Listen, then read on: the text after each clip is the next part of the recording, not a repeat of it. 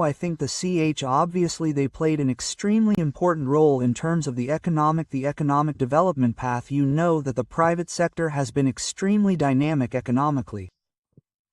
You know, they've diversified, they've taken risks, they've done all sorts of things, but I think also they probably helped at least in the 1970s and 1980s balance. You know, after all, you had this military government, you had this very powerful military government. So of course civil society, you know, had to organize, and civil society was responsible for contesting against the dictatorship and precipitating the democratization that took place in the late 1980s. But you could also think that the CHOL, you know, they also helped kind of counterbalance the power of the military state. Of course they were negotiating with it,